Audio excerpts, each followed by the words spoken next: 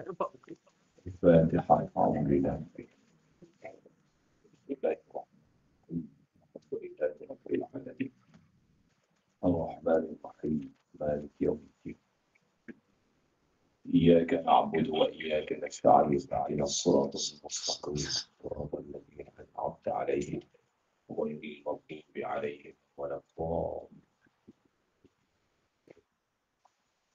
بسم الله والصلاة والسلام على رسول الله وعلى آله وصحبه أجمعين.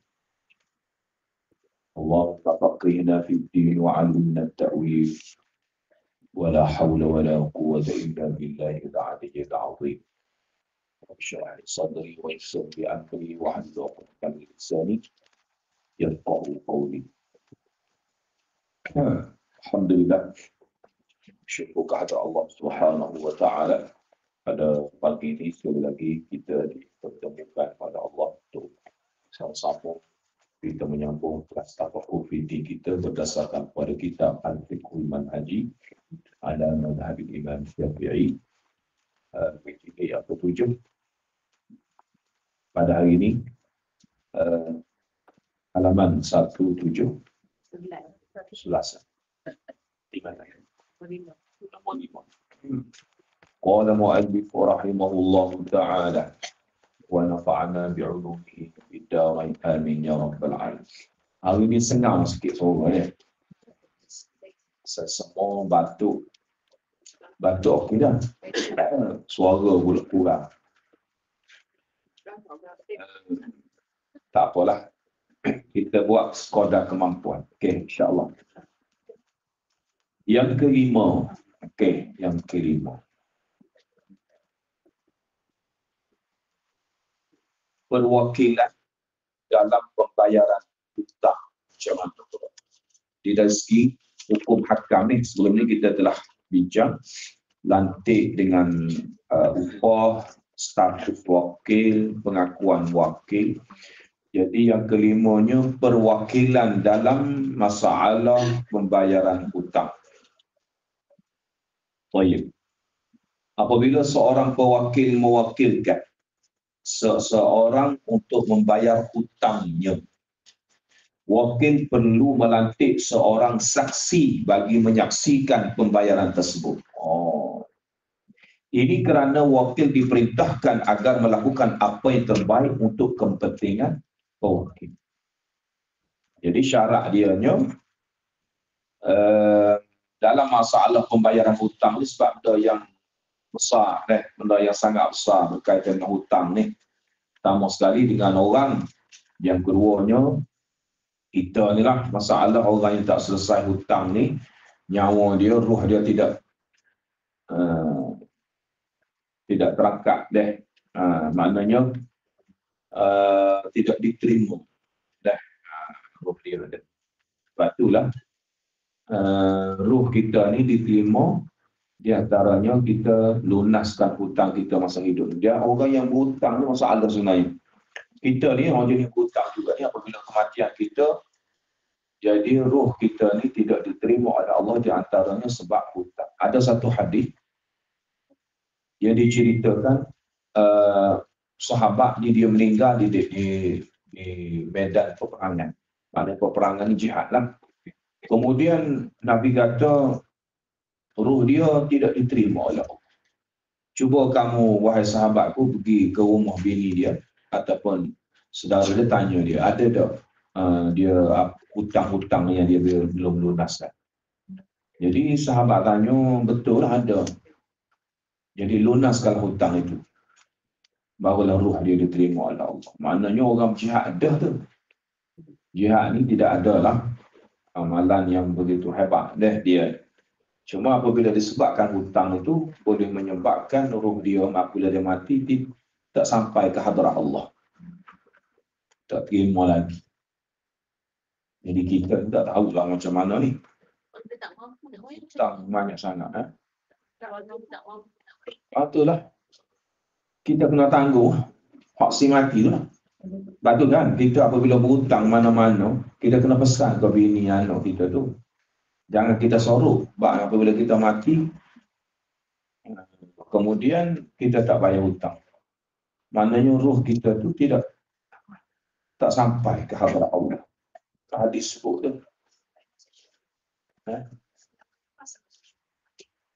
Tu kena lepas lah hutang tu.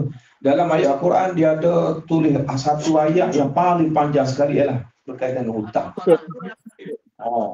Ayat tu cerita bab hutang.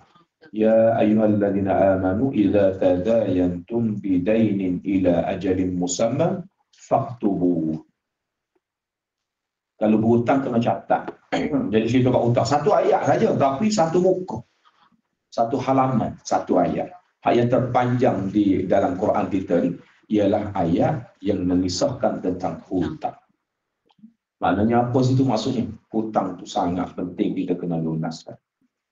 Sebab tu orang selepas solat jenazah tu, dan orang kata, ataupun sebelum solat jenazah tu, ahli waris dia kata, wahai sekalian, siapa dia yang ada tu hutang, mari jumpa dengan saya lah. Ahli waris dia kata, kalau jenazah ni ada hutang, apa semua sekali tak bayar, apa, marilah jumpa dengan saya akan cuba lunaskan hutang dia. Jadi tanggungjawablah kepada si anak. Waris lah. Jadi hutang ni kena jelaskan masa kita hidup. Sebab tu orang yang dia dah pencen, dia tak nak ada hutang. Dia tak nak hutang sebab ni. Dan saya pun begitu juga. Saya kalau boleh umur 50 saya nak semua settle dalam hutang-hutang saya. Tak tahu lah hidup lagi ke tak. Cumanya 50 tu bajet saya lah. Saya nak akan lunaskan semua dah hutang-hutang saya tak nak hutang dah. Cukup dah lah tu. Sekarang ni baru umur 40, 10 tahun. InsyaAllah. Sebab kalau kita ada niat, itu Allah Ta'ala akan tunjuk jalan untuk membayar hutang. Kan? Adakah satu doa Nabi ajar kepada para sahabat, aku ni tak pergi sembahyang solat Jumaat sebab apa Rasul? Aku takut. Aku berhutang dengan orang. Lepas tu orang tu cari aku. Jadi Rasulullah ajar satu ayat. Apa dia doa? Apa dia? Doa. Saya ingat. Hammi wal hazan wa ghalabatil qahri rijal. Saya ingat ayat tu. Doa tu. Ada Nabi ajar tu. Kamu insya-Allah hutang kamu akan ada jalan untuk diselesaikan. Jangan mau tak baca doa tu tak ingat. Allahumma inni a'udzubika minal hammi wal hazan wa a'udzubika minal ajzi wal kasal wa a'udzubika min ghalabati dain itu wa qahri rijal.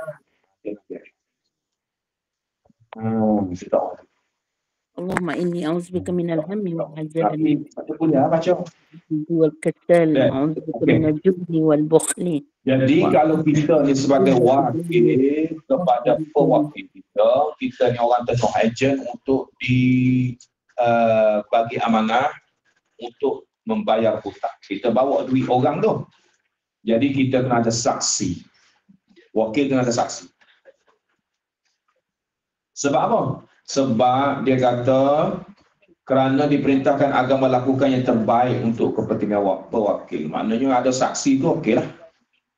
Nah, kita berbimbang juga kan. Kita dah bayar tapi orang yang menerima hutang tersebut dia kata tak bayar. Nanti kita. Lepas tu kita kena ada saksi. Nah, jadi kita pun ditanggap oleh pewakil ni makan duit ni. Dia cakap tak bayar. Orang tu cakap tak bayar. Sebab tu dia kepada saksi. Jadi sekarang ini kita ada dokumentasi. Dokumentasi itu saing. Sudah bayar pun saing, sudah nak terima pun baik. Saing juga. Di antara kepentingan pewakil ialah melantik saksi untuk mengesahkan pembayaran hutang telah dilakukan. Langkah ini bertujuan memastikan pemiutang, pemberi hutang telah. Pemiutang maksudnya pemberi hutang. Orang yang bagi hutang ke orang. Dia panggil pemiutang. Tidak menuntut lagi hutang tersebut dengan mendakwa pembayaran belum dilakukan. Tengok tu takut tu kan. Jadi apabila ada saksi, senanglah. Senang maksudnya kita dah bayar dah, saksi kata ya memang bayar. Jadi takut-takut nanti dia tuntut lagi hutang. Tak bayar lagi. Nah, sekiranya wakil membayar hutang tersebut tanpa membawa sebarang saksi dan pemiutang. Siapa pemiutang? Pemberi hutang tu menafikan pembayaran telah dilakukan. Ini masalah. Pengakuan wakil tidak akan diterima. Dia tak bawa saksi. Wakil tu dia kata dah bayar dah. Pemiutang kata, pemberi hutang tu kata dah pergi. Lepas tu macam mana ni? Pengakuan siapa yang diterima hutang? Dia betul. Siapa? Dia tak ada saksi. Dia tak bawa saksi. Jadi dalam masalah ini pengakuan wakil tidak diterima. Maknanya saya yang bawa duit kepada pewakil saya ni nak pergi bayar. Bayar dah. Walaupun sudah dibayar tapi dia tidak mengakui bahawa dia telah dibayar hutang. Jadi apabila keadaan begitu sekalipun, maka kita orang yang wakil ni dia buat pengakuan dia tak diterima. Bahaya juga dia. Hutang tersebut masih ditanggung oleh pewakil lah. Walau bagaimanapun bolehkah pewakil menuntut wakil membayar ganti rugi tersebut? Macam mana? Maknanya kalau begitu aku dah bayar dah kepada kamu wahai wakil. Pewakil ni pun kata nama dia pewakil. Ada kan nama wakil tak? Ada. Pewakil ni dia nama pewakil, dia nama wakil. Jadi seorang lagi tu pemiutang nama dia. Jadi wakil ni dah ambil dah duit dengan pewakil ni. Dan dia pun telah bayar pun dah kepada pemiutang. Tapi pemiutang ini tak tahulah. Dia ingat ke tak ingat banyak sangat dia bagi hutang kepada orang, dia tak ingat kawan ni, dia kata tidak beri lagi hutang awak, tak bayar lagi. Jadi masalah ni, jadi pewakil dia terhutang lagi. Sebab dia bercakap dengan pemiutang, saya dulu ambil duit awak, saya atau wakil dah bayar duit. Tak ada. Dia kata, tidak ada. Maka masalah ni dia masih berhutang lagi. Jadi soalan dia, bolehkah pewakil menuntut wakil membayar ganti balik ganti rugi tersebut? Maknanya dia kena minta dengan wakil sebab duit dia bagi dah. Dan wakil pun tak salah ke dia bayar dah hutang tu. Dalam masalah ni dia bayar dah. Cumanya pemiutang tu dia tak mengaku bahawa hutang dia telah dilunaskan oleh seorang wakil. Jadi pewakil pun sudah. Boleh tak aku nak minta dengan wakil tersebut sebab aku dah bagi dah ke dia. Dalam masalah ni jawapannya, jika bayaran dibuat tanpa kehadiran pewakil, wakil perlu membayar ganti rugi untuk menanggung bayaran yang terpaksa dibuat oleh pewakil. Dalam keadaan ini wakil dianggap cuai kerana tidak melantik seorang saksi, sebarang saksi. Kalau dia bayar, pewakil tidak ada, dia kena ganti. Jadi bahanalah kitanya. Pewakil ni dah lah tolong dia dibayar hutang. Dah duit tu dibayar dah kalau dia sungguh-sungguh bayar lah. Kemudian pemiutang pula wahal. Dia kata tak dibayar lagi. Secara otomatik pewakil masih berhutang lagi dengan pemiutang itu. Jadi wakil ni macam mana? Boleh pewakil tuntut dengan wakil, awak kena bagi balik duit saya yang saya bagi kepada awak. Sebab apa? Sebab dia pergi bayar hutang tu tidak ada saksi. Tak bawa saksi.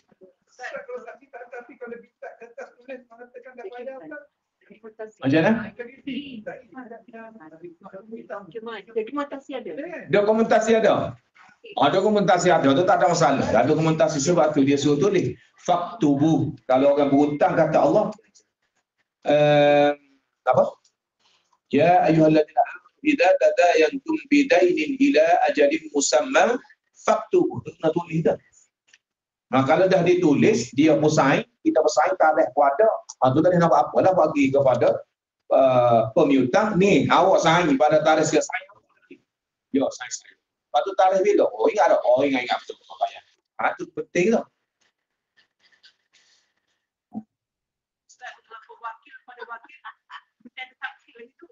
Ha?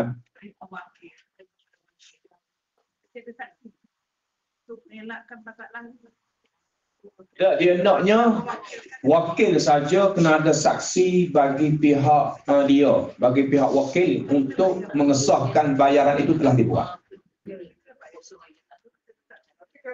Ya, itu tak ada masalah tu. Dia dua tu je. Sekarang ni dia di pihak yang ketiga. Tu je masalah.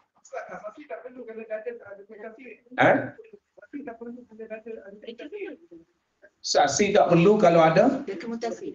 Tak perlulah. Tak perlulah. Dia tiga peringkat dia ni. Pewakil, wakil. Dia dengan wakil ni dia bagi duit. Tak ada masalah sebab dua ni. Nah, sekarang ni dia di pihak yang ketiga tu menafikan pemiutang tu. Hak yang berhutang kepada pewakil. Dulu pewakil tak ada duit lah. Nah, dia pergi berhutang dengan seorang ni. Dia berhutang dengan seorang ni 50,000 contoh. Jadi akhirnya dia dah janji sama sahabat ni. Tempoh dia dah cukup. Jadi dia pun ada duit untuk bayar 50,000. Dia pun lantiklah wakil sebab mungkin ada urusan lain nak pergi keluar negara. Dia maju dekat sekarang ni. Kaya lah. Tak lah. Sebab tarikh tu dia kena bayar hutang tu. Dia pun lantiklah pewakil. Pewakil lantiklah wakil.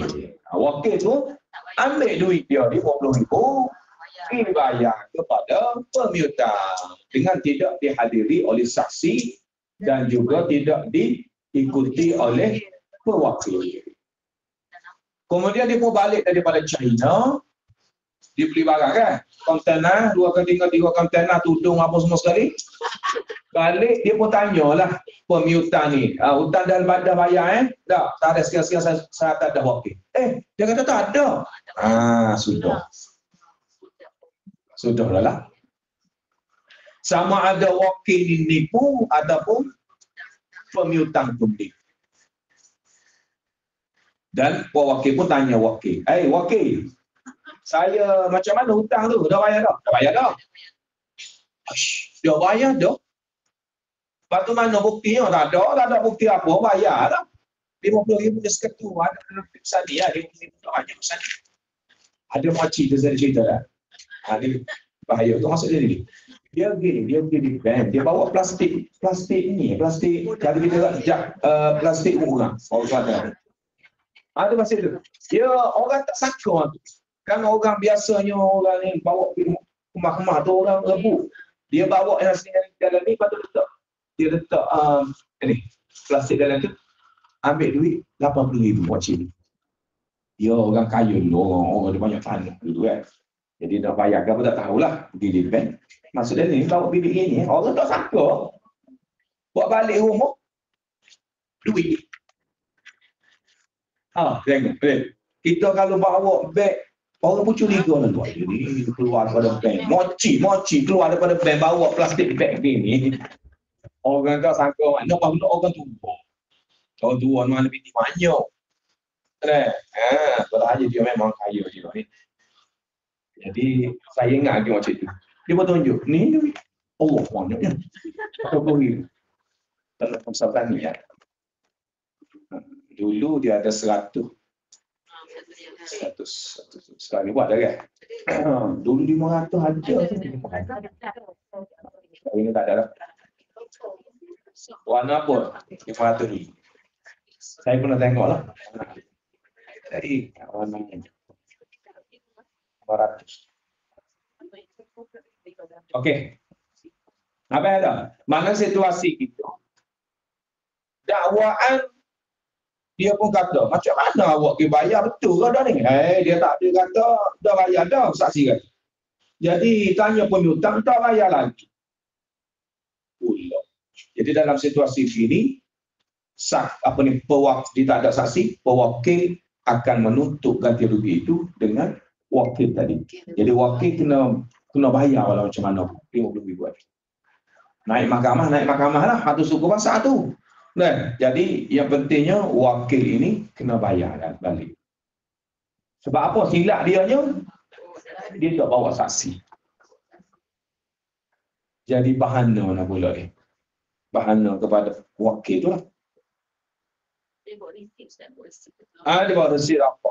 Dia bawa resit, kemudian kena catat tu. Kalau main dengan banyak, kita kena sign. Sign ataupun cak jari. Cak jari ni kena simpan tu. Kita bawa apa dia? Stamp pad apa? Lepek ni. Tak dia, tak. Daripada kita sign ni baik hak ni lagi.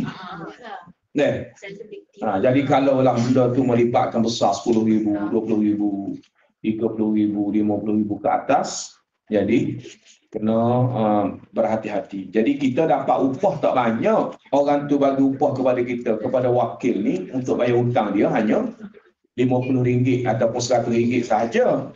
Tapi tiba-tiba kita kena bayar balik RM50,000 pula. Ayo. Yang kita.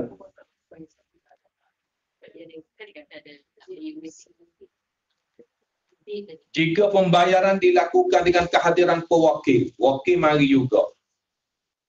Pewakil pun mari. Cuma dia bawa wakil dia ni untuk bawa duit dia lah kan. Wakil tidak perlu membayar ganti rugi. Pihak yang dianggap cuai ialah pewakil kerana dia tidak melantik saksi untuk menyaksikan pembayaran tersebut, sedangkan saksi tersebut adalah untuk kepentingannya sendiri. Jadi dia tak lantik saksi, salah pewakil lah. Dia pergi dengan wakil dah. Pewakil pergi dengan wakil dia bawa duit dia. Bawa duit. Dan jumpa tu, bayar. Okey. Tapi dalam masa yang sama, saksi tidak ada. Saksi tidak ada. Bayar dah. Kemudian duduk sekejap, duduk boleh 2-3 bulan, pemiutan tanya pula, bila nak bayar hutang saya je? Dia kata tak bayar lagi.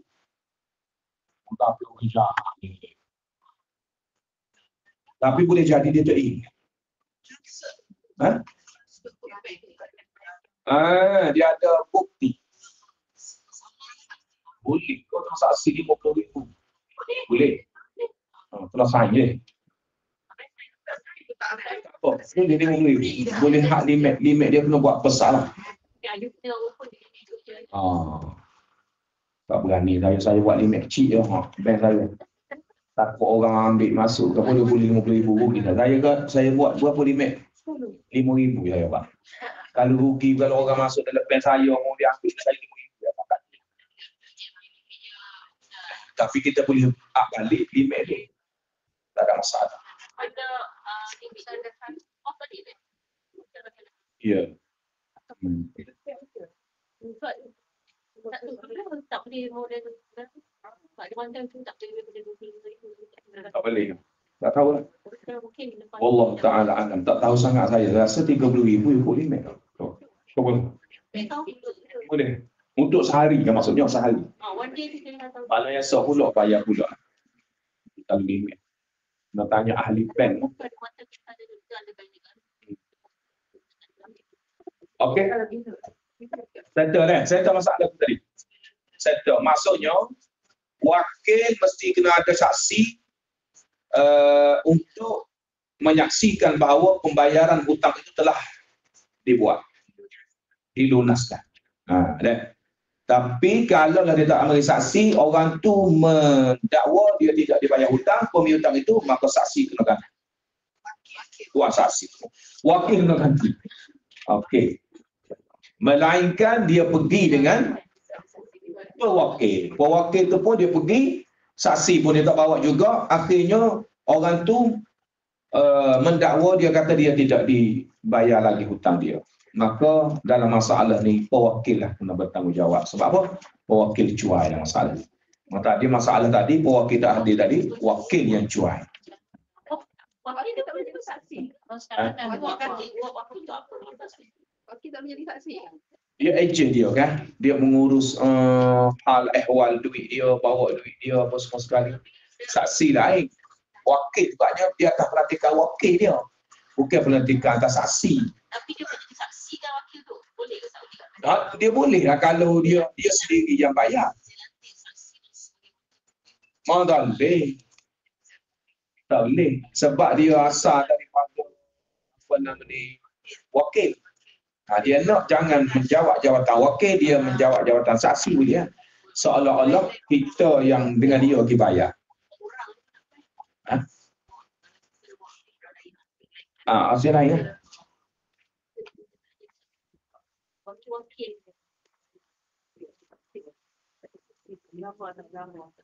Okey. Melantik 2 orang wakil macam mana pula ni? Ya. Dia tadi pewakil dan wakil kan? Betul kan kalau kita lantik wakil supaya saksi boleh? Itulah soalan tadi tu. Dia kalau kita lantik dah wakil, dia tak boleh dia masa sama jadi saksi tak boleh. Dia kena saksi dah.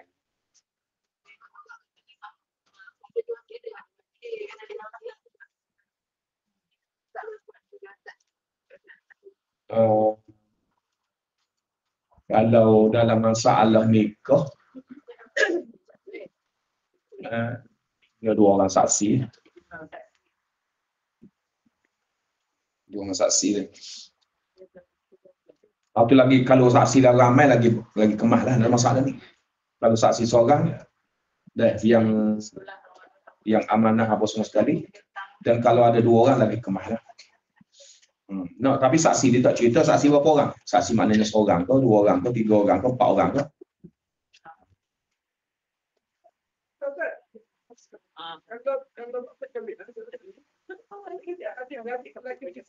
Boleh. Dia selain daripada pengantin lelaki dan perempuan memang tak boleh jadi saksi dah. Sebab dia perempuan kan. Dia kena cari saksi lelaki. Jadi tak boleh lah kalau pengantin lelaki dia jadi pengantin dan dia jadi pesaksi tak boleh. Adik-beradik dia boleh. Tak boleh lah dalam masa yang sama dia dah pengantin dia ada saksi. Tak boleh.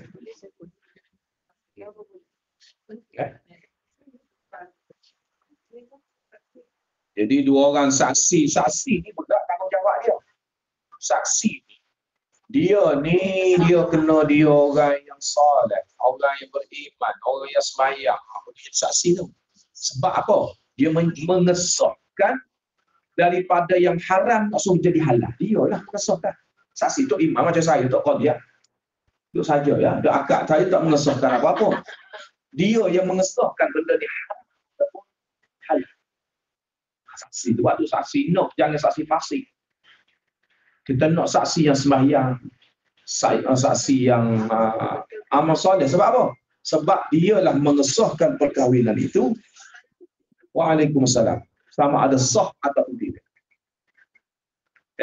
Jangan main-main. Begitulah juga wali. Wali jangan wali fasik. Tak boleh.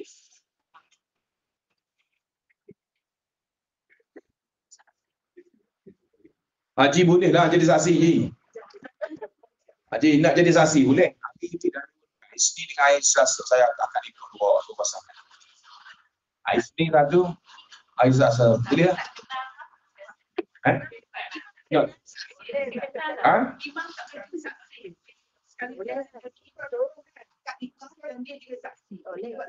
Ya,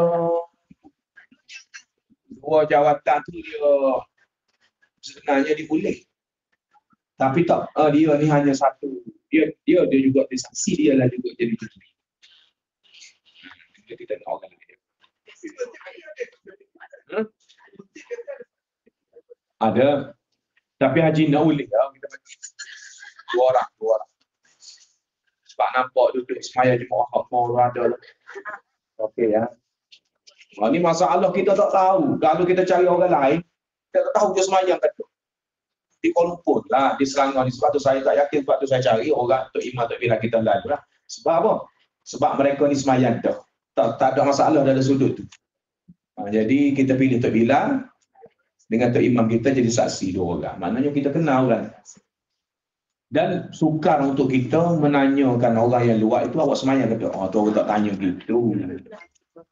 Kan? Dia nak jadi saksi. Kadang-kadang orang yang bagi saksi tu semayang pun tu. Masalah. Masalah. Jadi sebelah kita lah. Sebab tu kita cari saksi masjid. Kita dah kenal dia. Lepas tu kalau pengantin lelaki dengan perempuan tak semayang, itu masalah dia. Sok semayang, sok akad nikah tu.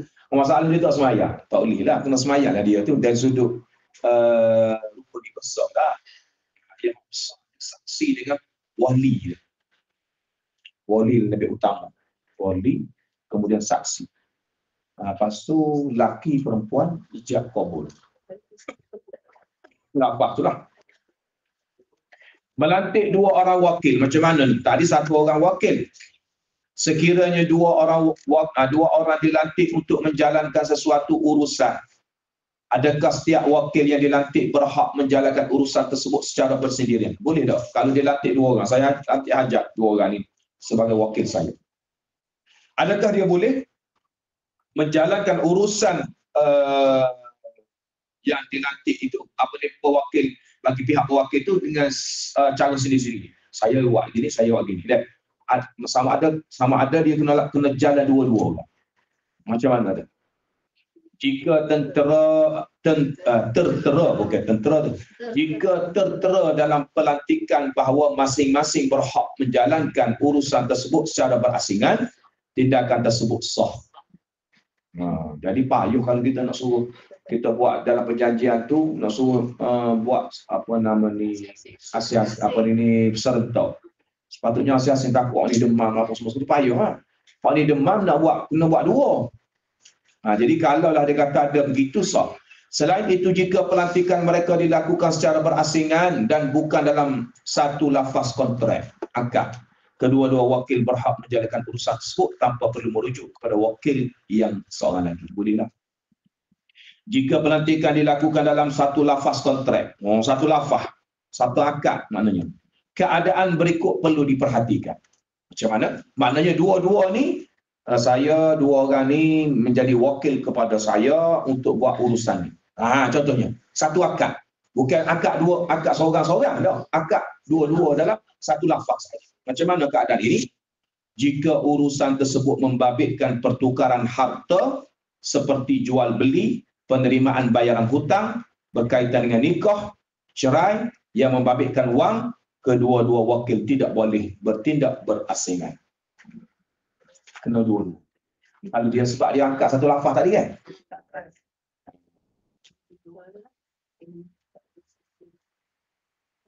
Kena pergi dua-dua.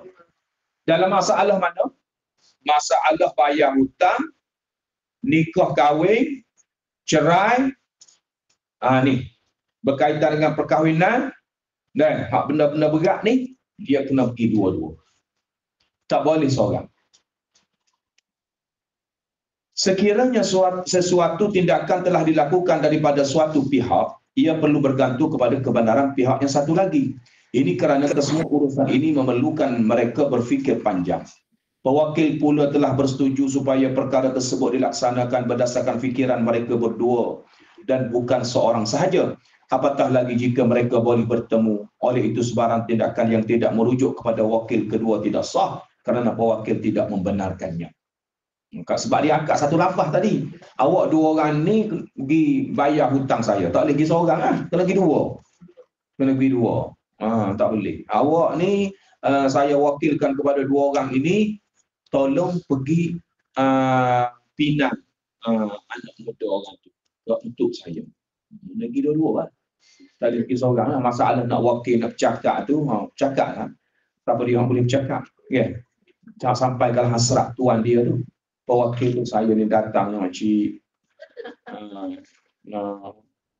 Nak pinang anak makcik tu. Kalau tak ada lagi orang, siapa anaknya? Dia cerita lah tuan dia, pewakil tu.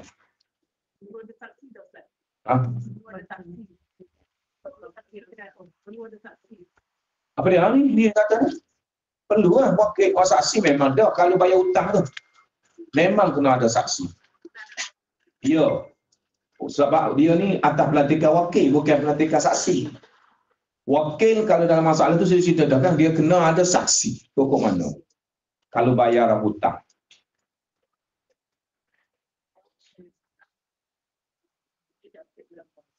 Okey. Dalam bab ni kita boleh baca asam wakil kan? Tak boleh lah. Kalau dalam bab masalah bayaran hutang, kalau lantik 2 orang wakil dalam satu lafaz. Maksudnya kita tak boleh lantik satu wakil. Satu wakil bayar 2 tanah ke? Boleh. Boleh. Ni dia cumanya kalau lah kita nak lantik 2 orang wakil. Dia gini cerita. Cerita dia macam ni. Kalau seorang macam ni cerita dia. Kalau kita nak lantik dah, kita banyak duit sangat kan. Kita lantik wakil bayar upah 2 orang. Jadi 2 orang macam mana? 2 orang tak boleh berasingan sekiranya dalam masalah pembayaran hutang, penceraian, kes-kes yang apa nama ni, nikah, cerai ada. Tak boleh. Kena pergi berdua. Kalau seorang tak boleh. Apa dia? Saksi tu seorang lah. Cari seorang saksi tu. Ni dia masalah wakil. Dia 2 orang dia lantik wakil. Kadang-kadang kita lantik wakil 3 orang. Kadang-kadang kita lantik wakil seorang. Dia ada masalah ni tu dia, beginilah keadaan dia. Okey. Wakil pula telah bersetuju supaya perkara tersebut dilaksanakan berdasarkan buah fikiran mereka berdua dan bukan seorang sahaja. Apatah lagi jika mereka boleh bertemu. Oleh itu sebarang tindakan yang tidak merujuk kepada wakil kedua tidak sah kerana pewakil tidak membenarkannya. Itu tak ada masalah lah. Mana macam tadi. Jika urusan tersebut tidak membabitkan pertukaran harta seperti cerai yang tidak membabitkan wang, penyerahan hadiah, pembayaran hutang dan sebagainya, kedua-dua wakil boleh bertindak bersendirian. Ini kerana kesemua urusan ini tidak memerlukan mereka berfikiran panjang. Mana benda yang tak penting, tak besar lah kita kata. Kalau melibatkan benda besar, walaupun dalam satu akad, dia tak boleh pergi seorang. Kalau benda itu tidak membabitkan yang besar, dia boleh pergi seorang walaupun dia akad dalam satu lafaz. Dalam satu lafaz bahawa dia ni adalah wakil kepada orang ni. Oleh itu perhatikan mereka sebagai wakil dalam keadaan ini menunjukkan mereka dibenarkan menguruskannya secara berasingan. Bukan dalam masalah tadi lah kan. Berasingan tu bolehlah. Benda-benda lain selain daripada benda tadi. Demikian juga dengan wakil dalam perbicaraan yang diberikan kepada 2 orang. Ini kerana tujuan pelantikan ini ialah untuk memberitahu hakim tentang hal pewakil. Mungkin kehadiran mereka berdua dalam satu masa boleh membantutkan tujuan ini. Apa maksudnya? Pelantikan mereka sebagai wakil dalam keadaan yang menunjukkan mereka dibenarkan menguruskan secara berasingan. Okey, demikian juga ni maknanya demikian juga ni boleh lah. Boleh berasingan kalau wakil dalam pembicaraan diberikan kepada 2 orang. Ini kerana tujuan pelantikan ini adalah memberitahu hakim tentang pewakil. Kerana contohnya dia lantik 2 orang wakil. Pewakil pergi jumpa tu hakim. Mungkinlah dia ni kita kata lawyer dia orang. Lawyer dia 2 orang dilantik. Jadi apabila dia 2 orang dilantik untuk pergi jumpa di mahkamah, dia tak hadir, dia wakil kepada pewakil. Jadi dalam masalah ni dia boleh pergi berasingan. Sebab apa? Hakim bukan nak tanya 2 orang ni, dia nak tanya seorang-seorang. Apa masalah pewakil? Gini-gini. Lepas tu dia mari seorang pula, mari tanya pula. Macam juga kan dalam masalah hakim dalam masalah suami isteri. Ni cerita isteri dia cerita buruk ya suami dia, buruk suami. Mari suami dia pula cerita buruk ya berlaku isteri. Tok hakim pun tanya, berapa orang dah anak ni? Tak ramai Tok hakim, 7 orang. Nampak cerita start A sampai Z tu tak ada baik dah tu, nampak? Ini Tok hakim cerita saya ni.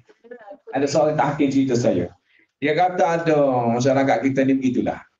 Dia main cerita habis. Tak ada start daripada dia berkahwin macam tak ada baik. Tak ada baik, sikit-sedikit. Buruk belakang. Isteri cerita buruk. Suami cerita buruk isteri. Akhirnya panggil dua-dua. Dia kata, nikah berapa lama dah? Saya ingat saya lama dah. Dah 20 tahun, 30 tahun dah ni. Okey. Anak berapa orang? Itu hakim pandai dia. Dia masih sukses. Dia kata 7 orang. Lepas tu, anak bersalah ke dah? Umur berapa? Dia jawab. Jawab kan? Habis dah jawapan tu, saya duk tengok ni statement ni semua buruk belaka dia kata. Suami buruk, isteri buruk, start daripada perkahwinan, tak ada benda baik. Masa seolah-olahnya tak tidur sekali ni. Tapi yang hairannya anak 7 orang. Macam mana kata buruk belaka ni? Senyap. Suami pun senyap, isteri pun senyap. Lepas sehingga kan dia kata, dulu awak kahwin, wahai isteri, berapa timbangan awak? Oh, sekarang ni dulu saya kahwin lebih kurang saya muda dalam 45 kilo. Contoh. Suami 50 kilo. Tapi sekarang ni berapa? Dia tanya. Akhirnya dia tanya. Sebab dia buruk belaka ni. Lepas tu, sekarang ni gemuk sikit dia kata dalam 70-80 kilo. Suami 80 kilo juga. Jadi kalau buruk nak siapa dia tak bagi makan ke orang. Nampak buruk. Dia nampak tu boleh makan, boleh gemuk pulak tu. Nah, duduk di mana? Rumah mana? Dia tanya. Sebab nak menyedarkan. Kadang-kadang kita bercakap ni benci sangat kepada suami kita. Tu kita kata buruk belaka dia. Begitu juga suami benci dah kepada isteri dia sangat-sangat. Dia cerita buruk belaka isteri dia.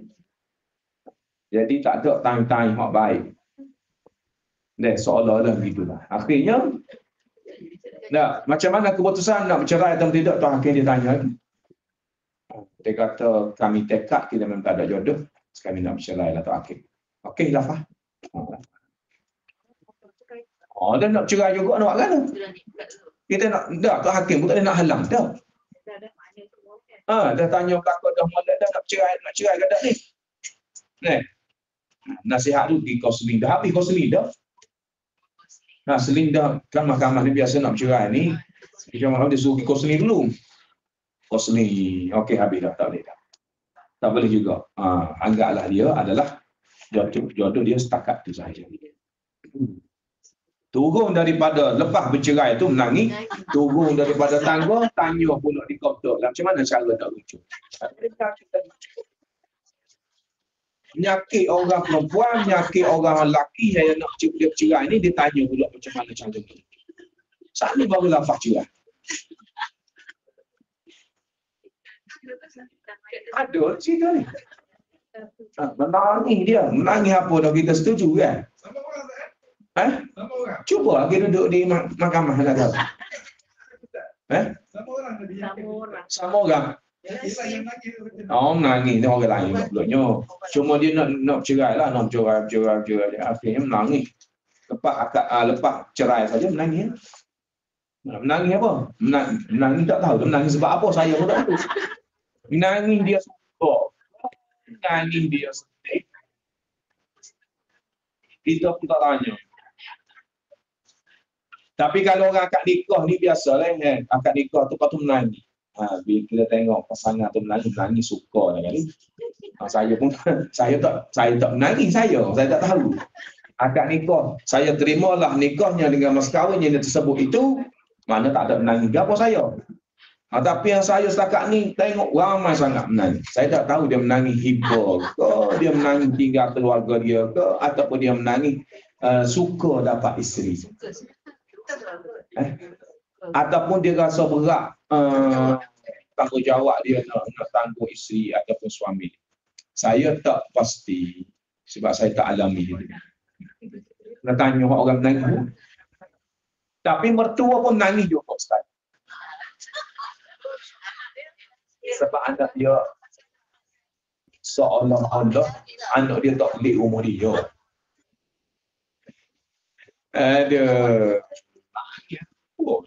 Syukur Alhamdulillah anak aku ada orang nak. Ada orang macam jumpa saya. Baru minggu lepas. Ustaz, tolong doa lah. Anak saya tak dapat jodoh lagi ni Ustaz. Saya kata, tak ada jodoh. Mana nak tengok anak? Comel anak. Jadi saya duk fikir seorang kan, orang ni dia bimbang anak dia tak boleh. Rupa-rupanya saya sekarang ni ada juga anak perempuan. Kita pun tak takut juga. Takut dia tak sayang ke dia, tak boleh untuk lelaki dia. Kita pun macam mana bimbang juga kita ni. Memang bimbang dia kata. Memang bimbang sebab dia kadang-kadang dia masuk universiti dia tak ambil kisah dia mengaji. Kita suruh mengaji dia mengaji. Dia tak ambil kisah orang lelaki kalau dia tak pernah. Jadi bahaya juga sebenarnya. Dan akhirnya dia keluar dari universiti, dia kerja pula, tumpu kerja. Akhirnya dia duduk dengan dunia dia. Atau kena tu juga tu anak-anak kita ni. Sebab lama dia mari jumpa hari tu seorang. Dia nak mari minta doa kita. Yalah kita berdoa lah. Untuk buka buka hijab dia. Kan? Kalau dia tak ada jodoh tu tak apa. Kalau dia beriman soleh, Allah Ta'ala bagi suami dia di syurga. InsyaAllah. Itu kita tak tahu lah kan. Jangan sekarang ni bebas kan. Tak apa, insyaAllah. Yang ketujuh, percanggahan antara pewakil dan wakil. Canggah pula. Pewakil canggah macam mana ni kita tengok. Dalam setengah keadaan, mana betul tadi? Dalam setengah keadaan mungkin timbul percanggahan antara pewakil dan wakil. Apakah hukum apabila berlaku percanggahan ini? Beberapa isu yang paling ketara dalam hal ini ialah yang pertama, percanggahan tentang barang yang rosak ketika berada dalam jagaan wakil. Ini biasanya berlaku. Sebagaimana yang kita sedia maklum, wakil adalah seorang yang memegang amanah. Oleh itu dia tidak dikenakan pembayaran ganti rugi jika bayaran yang diwakilkan kepadanya rosak dalam jagaannya, kecuali jika dia dapati cuai ataupun penyalahgunaan barang tersebut. Kita duduk situ dulu. Kalau cuai dia kena ganti. Kalau dia tak cuai, kebakaran ke banjir ke bukan kerana dia, maka dia tidak diganti barang kepada pewakil. Dan kalau cuai dia letak itu orang curi barang tu dia kena ganti. Jika wakil yang dilantik mendakwa kemusnahan telah berlaku terhadap barang yang diwakilkan kepadanya untuk dijual ataupun untuk dibeli sesuatu dengannya, ataupun bayaran yang diterima dan sebagainya telah musnah ketika dalam jagaannya, jagaan wakil itulah. Tetapi pewakil menafikan bahawa barang tersebut telah musnah ketika dalam jagaan wakil. Dakwaan wakil akan diterima jika disokong oleh sumpah. Saya jaga molek dah, saya masuk dalam rumah, duduk dalam peti, orang mari curi juga barang kemah awak tu. Jadi boleh diterima dengan saya bersumpah. Maknanya wakil bersumpah, wallahi wa tallahi wa billahi, maka diguna pakai hak wakil lah.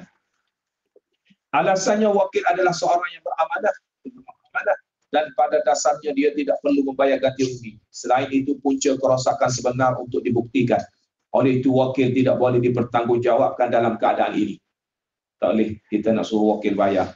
Lainlah jika wakil mendakwa kemusnahan berlaku disebabkan oleh faktor yang boleh dilihat dengan jelas seperti kebakaran, banjir ataupun rompakan. Dalam keadaan ini, wakil wajib mengemukakan bukti dan hak yang barang dicuri je lah. Barang yang dirompak tu, ni dia telah kopek dan seumpamanya peti saya. Dan kena tunjuk bukti dan dalam keadaan ini wakil wajib mengemukakan bukti kerana semua faktor ini boleh dibuktikan. Jika wakil yang dilantik gagal mengemukakan sebarang bukti, dia perlu membayar ganti rugi. Boleh jadi dia tipu pewakil barang kemah tu, dia kata orang main rompak. Benarnya tak ada rompak pun. Mana bukti dia? Dah. Tapi sekarang ni kalau orang main rompak rumah kita tak boleh nak buat apa kita. Janganlah duk lawan-lawan. Sekarang ni dia orang bunuh teruk. Yang berlaku tak silap saya di Bangsa itu kan, dia naik rumah Datuk tu lawan. Dia sedar lawan. Tapi dia tangkap dah. Tangkap tu hebat polis di Malaysia. Dia antara orang polis yang hebat kot Malaysia ni. Malaysia ni. Jadi kita kalau dia naik kita sedar pun, dia tahu dia pencuri, buat tak sedar je lah, buat tidur je. Tak sungguh. Saya rasa begitulah sebabnya dia orang tu bukan dia mari dengan tak ada apa-apa dia bawa. Barang kalau tidak pun pistol. Jadi kita sedar tu buat tak sedar je lah. Lebih baik. Dia nak ambil lah barang. Kawan saya macam ni. Ya. Oh macam saya juga tadi. Orang masuk dia tutup STB. Ambil lah. Selamat dia. Tak apa dia nak ambil harta macam mana dia nak ambil. Tapi selepas mugi tu aku doa. Aku doa, ya Allah, jatuhkanlah bala kepada mereka itu. Oh Allah Ta'ala, Nabi sebut kan, orang yang dizalimi, orang yang dirompak ni, akan Allah Ta'ala makbul doa dia. Angkat tangan, doa. Allah Ta'ala dengar doa ni. Tak lama kena dia. Kena pula anak saudara dia. Contoh. Tu letih lah. Tu memang bahaya sangat-sangat. Dia tengok buat saudara dia ni kaya sangat. Kedekut pun dah. Dia pun Pergi curi dengan kawan-kawan dia bosnya. Dia tahu rumah tu rumah. Contoh ni tak berlaku tak ada kaitan di mana-mana Dia pun tak tahu bakal orang naik curi pakai topeng gitu. Dah. Lepas naik tu, ya Allah, bagilah bala kepada pencuri pokok di rumah ini. Kena anak selalu dia. Sudahlah. Bahaya juga ni. Tapi agaknya anak saudara ni tak lah nak buat kita sendiri kan.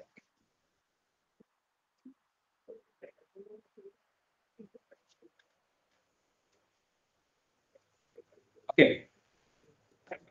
Tidak boleh dipertanggungjawabkan negara lain. Okey. Lainlah jika wakil mendakwa kemusnahan berlaku disebabkan oleh faktor yang boleh dilihat dengan jelas seperti kebakaran, banjir atau rompokan.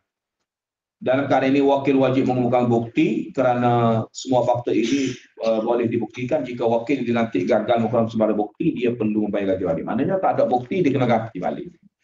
Dia dakwa dirompok barang itu. Mana bukti ya? Rumah kena kopek ke apa semua sekali, kau CCTV ke pulanglah. Kalau ada bukti tak perlu bayar. Kalau tak ada bukti dia kena bayar. Dia kata banjir, mana bukti banjir?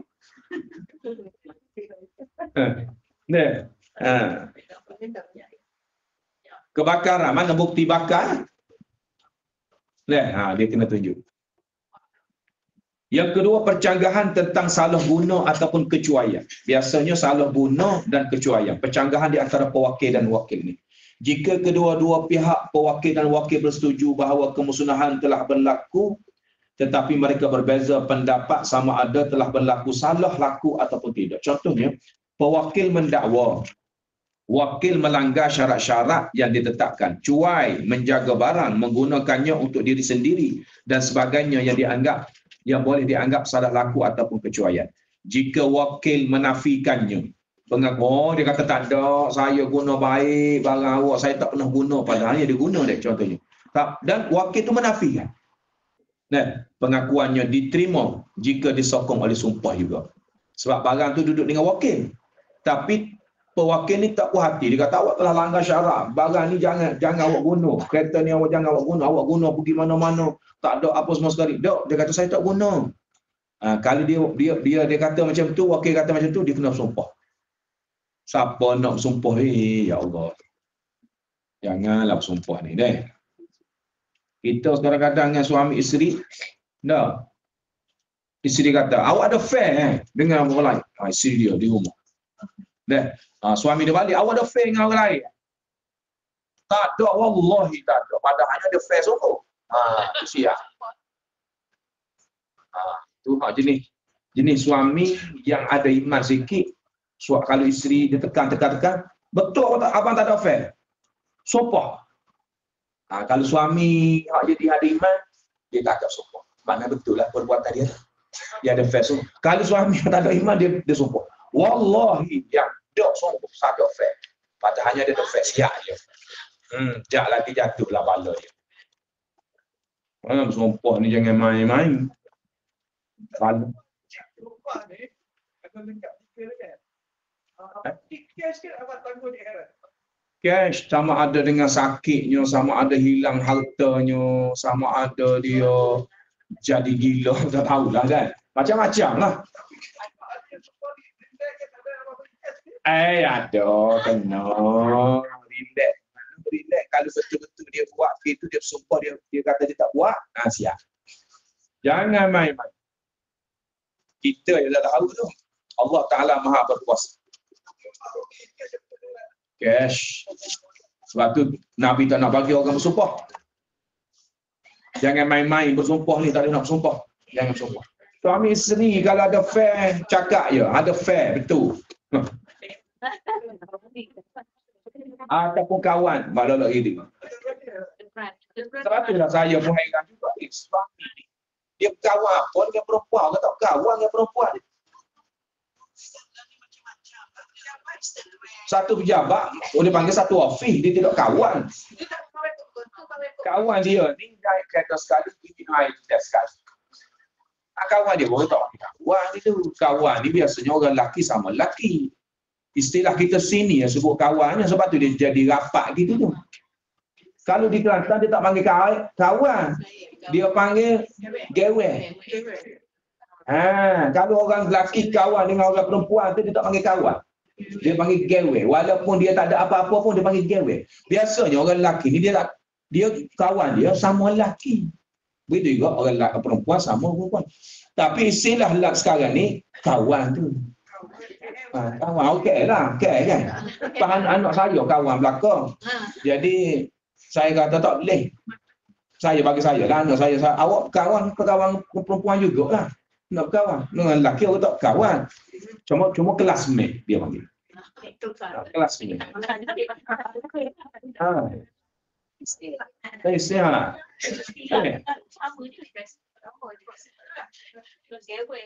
Gewe sebenarnya. Lepas tu suami, isteri marah ke suami apabila suami kata tu kawan tu. Lagu mana? Rasa suami, isteri. Boleh terima? Tak boleh terima. Kan Haji ada kawan dalam ni, kriminal sekali. Lepas tu nampak ke isteri. Siapa tu mak? Tu kawan. Boleh terima? Tak boleh terima.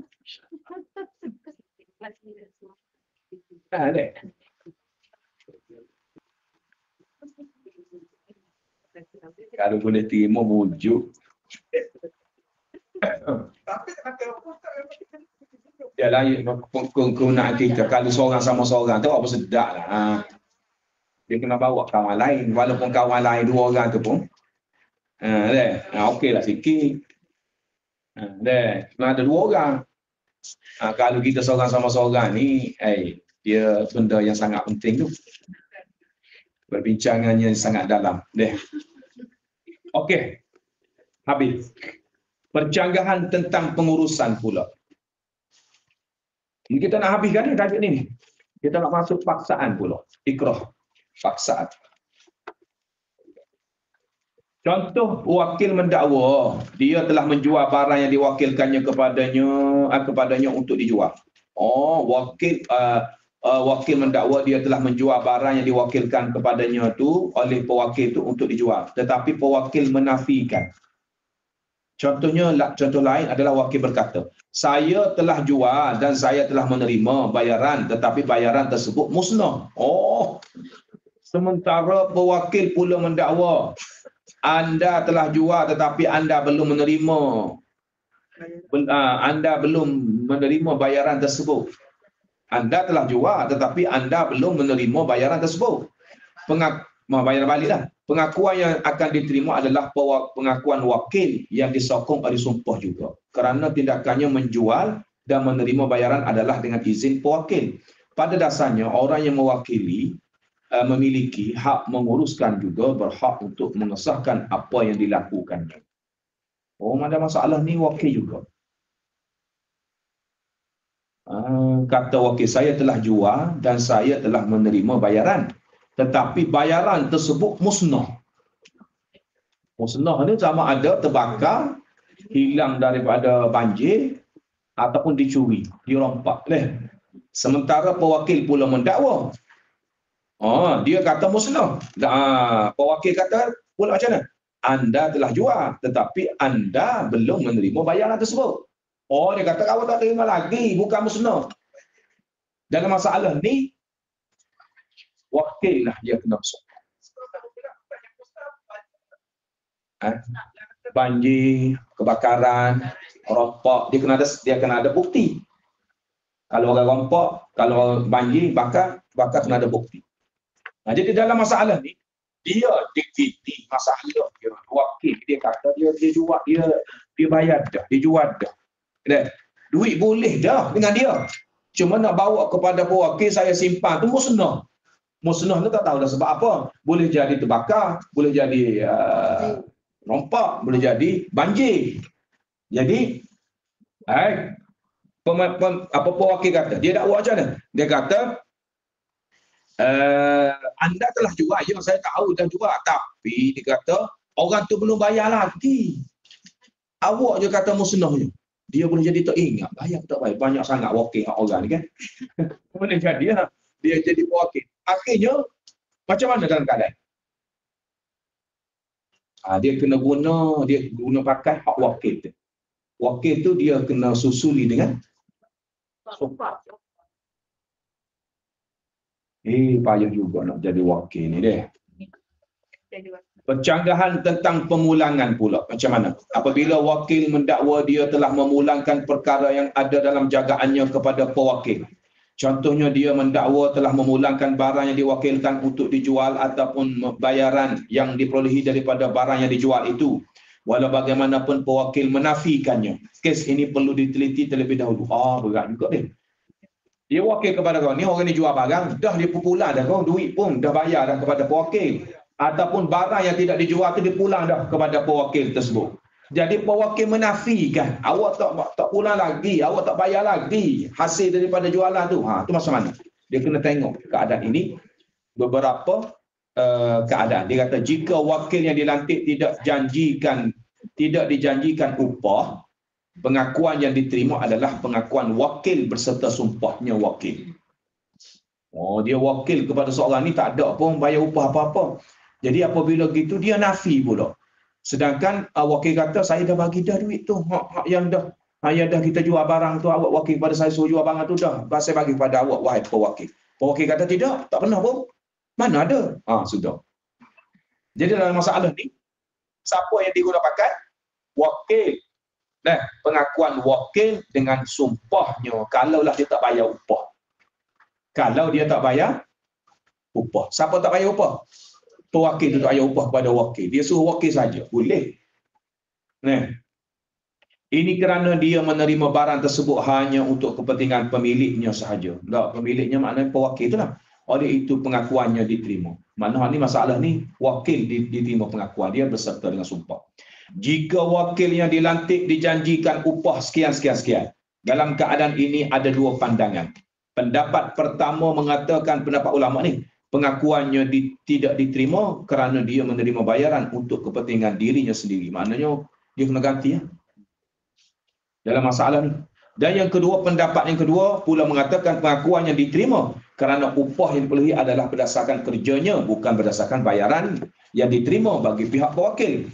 Pendapat ini adalah pendapat yang paling kuat. Maknanya juga walaupun dia dibayar upah, maknanya dia juga kena pengakuan dia diguna pakai.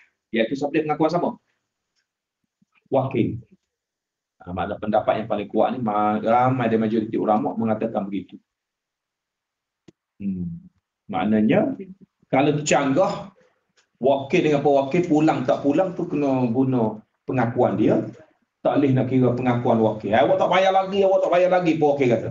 Tak, kita guna dalam Islam ni guna pengakuan wakil tapi syarat berserta dengan sumpah. Boleh tak? Wallahi wa billahi wa tallahi wahai pewakil, saya telah pulangkan duit padamu pada tarikh sekian itu.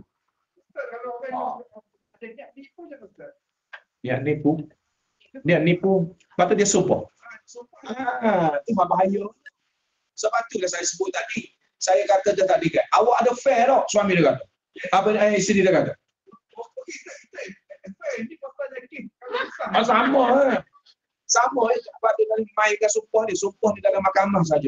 Ada tempat-tempat tertentu saja bersumpah. Kita ni sikit-sikit nak bersumpah. Tapi isteri ni nak suruh meyakinkan diri dia nak tidur sekali malam ni tak jenuh tidur. Jadi dia suruh suami dia bersumpah. Abang sumpah. Suami dia fair sungguh. Ada main fair sungguh di pejabat di office.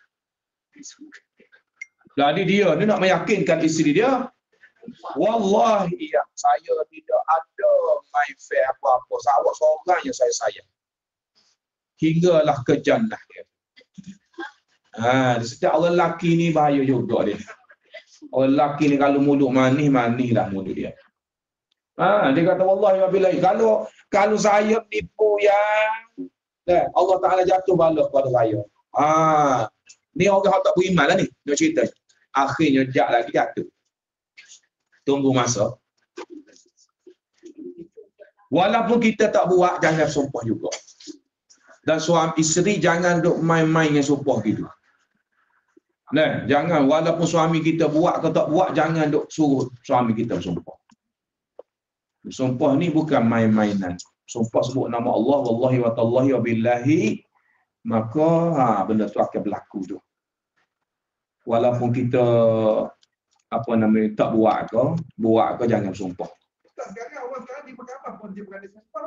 Ada sebab ada kes tertentu lah. Maknanya hakim suruh bersumpah tu. Macam kes tadi. Dia di berani sumpah. Mau lagi tu junjung Quran. Baik. Jangan.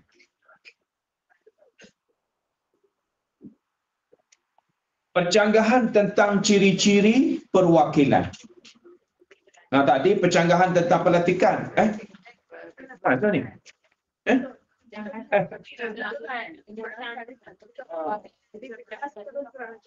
Ya mana ni? Yang kelima. Percanggahan tentang pelantikan. Sekiranya berlaku pencanggahan antara wakil dan pewakil tentang pelantikannya sebagai wakil. Canggah macam mana ni? Seperti wakil berkata, anda telah melantik saya sebagai wakil untuk urusan ini. Tetapi pewakil pula berkata, saya tidak melantik kamu. Maka beberapa perkara perlu dia. Berat juga ni. Canggah. Lantik ke tak lantik? Masalah juga kan? Jika percanggahan ini berlaku sebelum urusan dijalankan, tiada kes lah di sini. Tak ada masalah lah. Kalau tak lantik lagi, tak ada masalah lah. Kes ini tak sesat masalah lah, sesakit lah. Masalah ini tidak perlu dihadapkan ke mahkamah lah kerana tiada keperluan untuk berbuat demikian. Dalam keadaan ini, penafian pewakil dikira sebagai pemecatan wakil sekiranya memegang memang berlakunya pelantikan. Sebelumnya dia buat urusan tu, ya, ada masalah. Okey. Jadi pewakil ni secara automatik dia nafi juga, mana tak lantik lah dia punya. Sebab benda tu belum buat lagi kan. Jika percanggahan berlaku selepas urusan dijalankan, pengakuan yang akan diterima ialah pengakuan pewakil beserta sumpahnya. Ini kerana pada dasarnya tiada sebarang kebenaran dan pelantikan di sini. Wakil mendakwa dan pelantikan sementara pewakil menafikannya. Seperti yang kita sedia maklum, pengakuan pihak yang berkuasa membuat penafian beserta dengan sumpah akan diambil kira. Pada asalnya wakil dan pewakil di sini sebenarnya tidak wujud. Ia hanya berdasarkan dakwaan pihak yang mendakwa adanya pelantikan. Maknanya dia wakil ni pergi buat satu urusan. Dia kata, awaklah wakil saya buat ni. Ataupun dia pergi jumpa kawan tu, dia kata saya ni wakil daripada seorang. Jadi pewakil pun kata, tak ada. Awak bukan wakil saya. Jadi wakil kata, ya awak wakil saya. Sudah. Jadi macam mana keadaan ini? Kalau pergi mahkamah, mahkamah menerima pengakuan pewakil. Sebabnya hak yang melantik itu adalah pewakil. Dan beserta dengan sumpah juga. Itulah sebab sumpah lah. Sumpah pewakil lah. Pewakil kata, wallahi wa billahi wa tallahi wahai tu hakim, saya tak lantik dia sebagai wakil saya. Dan juga kalau saya berbohong, saya akan dikenakan bala di sisi Allah. Dia rangkum gitu tu, dia rangkum gitu. Kena sebut. Dia ada bala besar ni. Okey, sikit lagi. Percanggahan tentang ciri-ciri perwakilan. Sekiranya pewakil dan wakil bersetuju tentang pelantikan tetapi bercanggah tentang ciri-ciri perwakilan itu. Macam mana ni? Seperti wakil berkata, anda mewakilkan saya untuk menjual barang ini secara hutang. Sementara pewakil pula berkata, tidak, saya wakilkan secara tunai. Pula. Atau wakil berkata, anda mewakilkan saya untuk membeli barang ini bagi pihak anda dengan harga RM1,000. Sementara pewakil pula berkata, tidak, saya mahu dengan harga RM500. Ataupun wakil berkata, anda wakilkan saya untuk membeli sebuah kereta. Sementara pewakil pula berkata, tidak, saya wakilkan untuk membeli sebuah rumah. Maka pengakuan pewakil beserta sumpahnya akan diterima. Dalam masalah ni, pewakil pula diterima pengakuan dia. Wakil tak diterima. Pewakil tu diterima.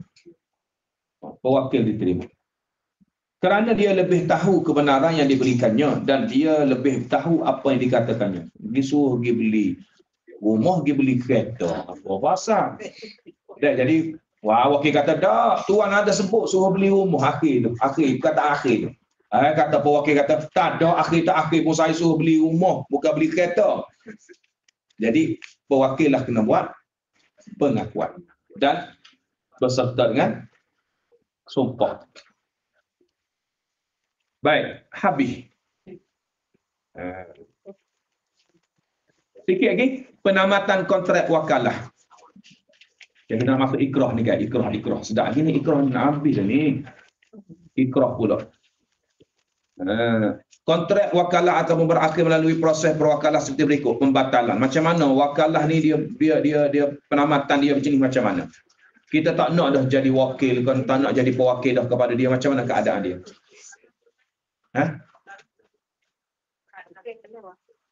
Wakalah ni wakil kan? Wakalah ni wakil lah. Kontrak wakalah mana wakil lah.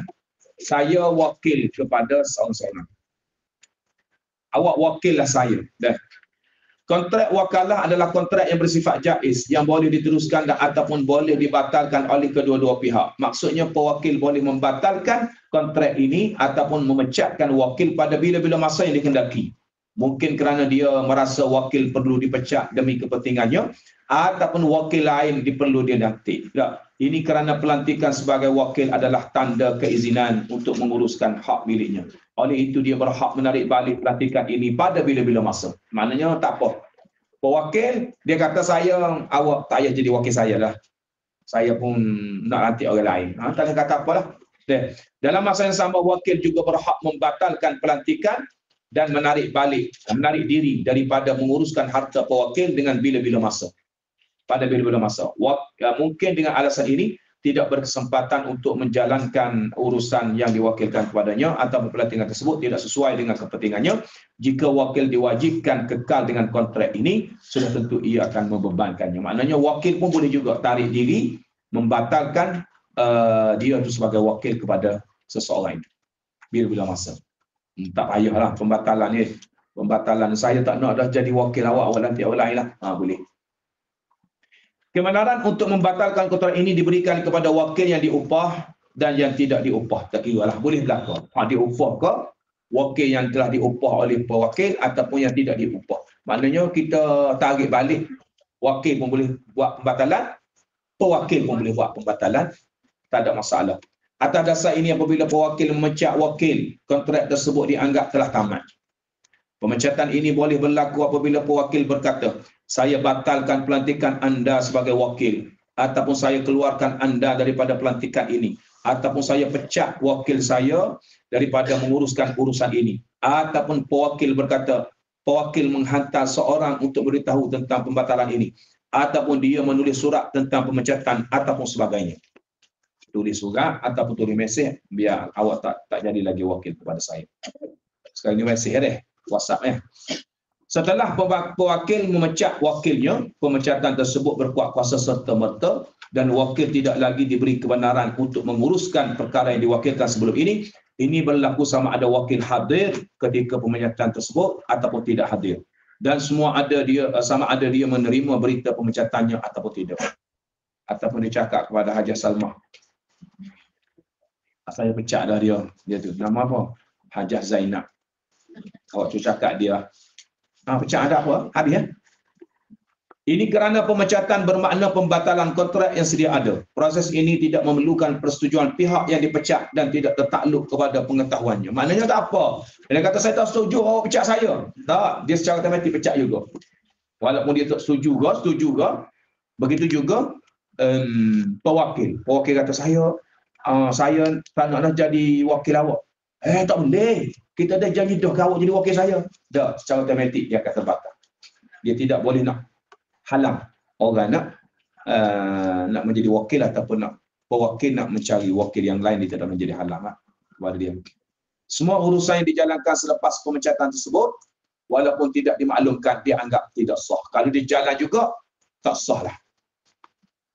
Demikian juga jika wakil sendiri melucutkan pelantikannya. Contohnya wakil berkata, saya lucutkan diri saya daripada pelantikan ini, ataupun dia kata macam ni, saya serahkan semula pelantikan ini, ataupun dia kata sebagainya. Tak kira lah, merujuk kepada menunjukkan jalan dia tak nak dah menjadi wakil kepada pewakil itu. Dalam keadaan ini, pelantikan tersebut akan terlucut serta-merta walaupun pewakil tidak hadir ketika itu ataupun tidak tahu mengenainya. Mana dia tahu melalui orang lain ke, dia cakap kepada orang lain cerita kepada dia, kira dah jadi dah tu.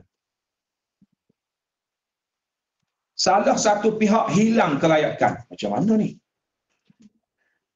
Pewakil ataupun wakil hilang satu hak kelayakan. Macam mana dia kata? Seperti yang kita sedia maklum, pewakil dan wakil perlu memenuhi syarat-syarat tertentu sebelum mereka dibenarkan berurusan. Jika salah satu daripada syarat tersebut tidak dipenuhi, mereka dikira hilang kelayakan. Dengan ini, kontrak wakil tersebut dikira terbatal dan tamat. Mungkin boleh jadi, dia tunjuk bawah tu. Ini kerana jika syarat-syarat ini tidak dipenuhi ketika kontrak dimulakan, sudah tentu kontrak tersebut tidak sah. Demikianlah juga jika syarat-syarat ini dilanggar ketika kontrak itu berlangsung. Contohnya, salah satu daripada pihak tu disahkan gila. Kalau gila masa tu, dia nanti akhirat. Lantik salah seorang tu gila, putus. Secara matematiknya, putus pewakil ataupun wakil tu gila ataupun pewakil tu gila. Mana putus lah? Tak ada lah. Tak ada jadi wakil lah. Secara matematik lah. Ataupun pensan yang berpanjang. Ataupun dia jadi bodoh lepas tu. Masa dia buat perjanjian tu tak bodoh lagi. Dalam dia dah buat urusan tu, lantik wakil ni. Kemudian, pewakil ni jadi bodoh.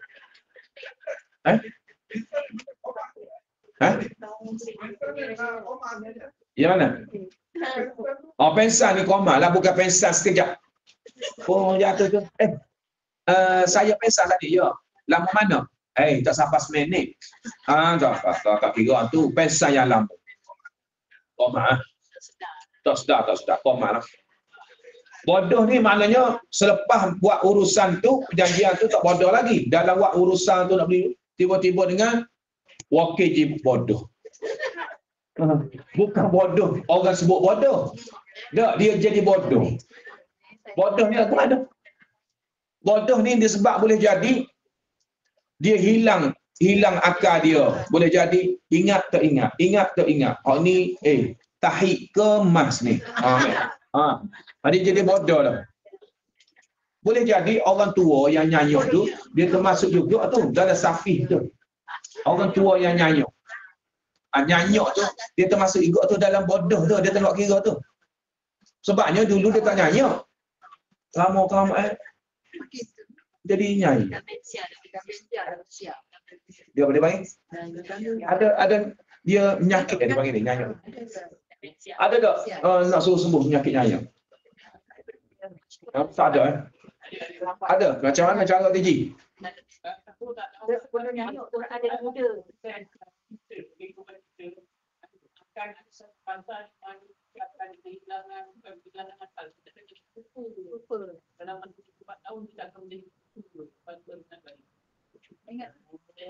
Ingat baik.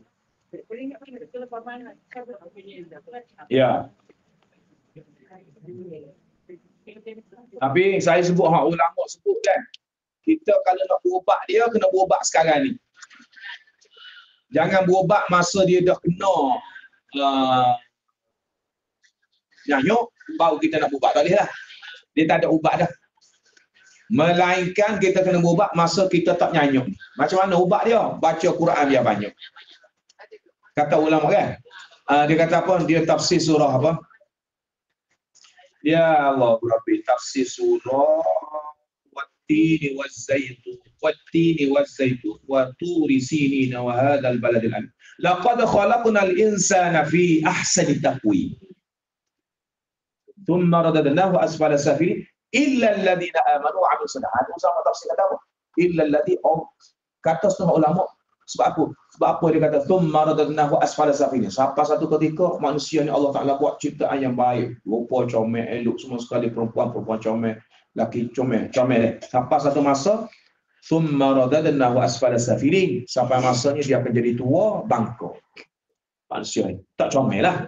Tak comel juga, tapi tak comel mana lah. Dah keduk dah semua sekali. Setengah ulama kata, dah ayat ni bukan nak gitu. Dia kata, sampai satu masa ada golongan Allah Ta'ala buat ni jadi tua dan nyanyuk. Tua, dia tak buat soal lagi. Nyanyuk. Lepas tu, ayat selepas daripada tu, illal ladina amanu wa amilus salihat. Malaikat orang yang beriman dan beramal soleh. Jadi ditambah pula ulama kata, malaikat orang yang beramal soleh dan beriman ni, malaikat orang yang baca Quran. Illal ladina qara'ul Quran.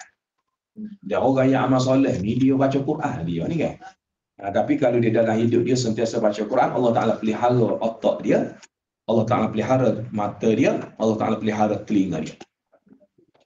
Jangan pula mencari sebab dan alasan walaupun tua ustaz saya tak boleh nak baca dah Quran. Saya tak nak belajar dah. Belajar juga dah. Jadi ubat dia baca Quran insya-Allah. Jangan tinggallah baca Quran tu. Kontrak wakil juga akan tamat apabila salah satu pihak meninggal dunia. Meninggal dunia beres Tak, secara automatik tamat. Walaupun berita kematian ini tidak diketahui pihak yang satu lagi. Ini kerana pihak pewakil hilang kelayakan untuk memberi kebenaran selepas meninggal dunia. Demikian juga dengan kematian wakil kehilangan kelayakan untuk menguruskan harta. Tak boleh. Kemudian yang ketiga, perkara yang diwakilkan tidak menjadi milik pewakil ataupun bukan di bawah jagaannya lagi. Kemudian yang keempat, perkara yang diwakilkan selesai dilaksanakan. Wallahu ta'ala alam. Habis nanti. Itu baca sendiri. Saya semudah sebab saya dah baca dah. Dan mudah je untuk kita faham. Sebab masa 10:30.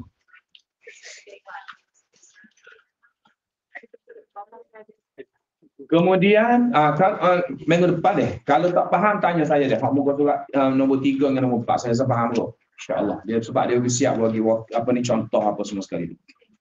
Perkara yang diwakilkan selesai dilaksanakan. Cuba tengok nombor 4 tu.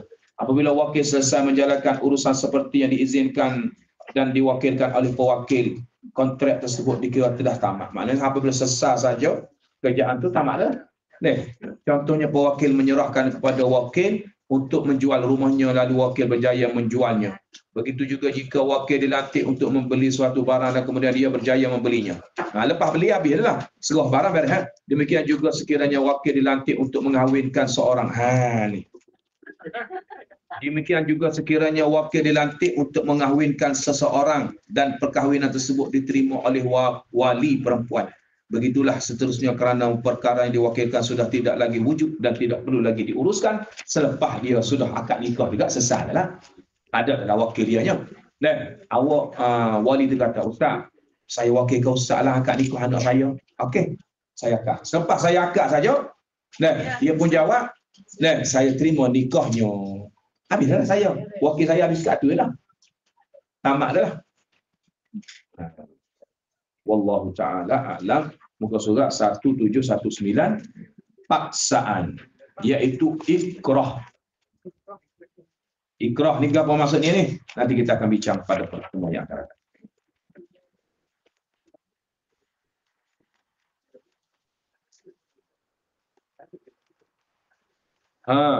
Rasa-rasanya banyak ilmu dokah kita belajar tu. Banyak. Ingat dekat tu.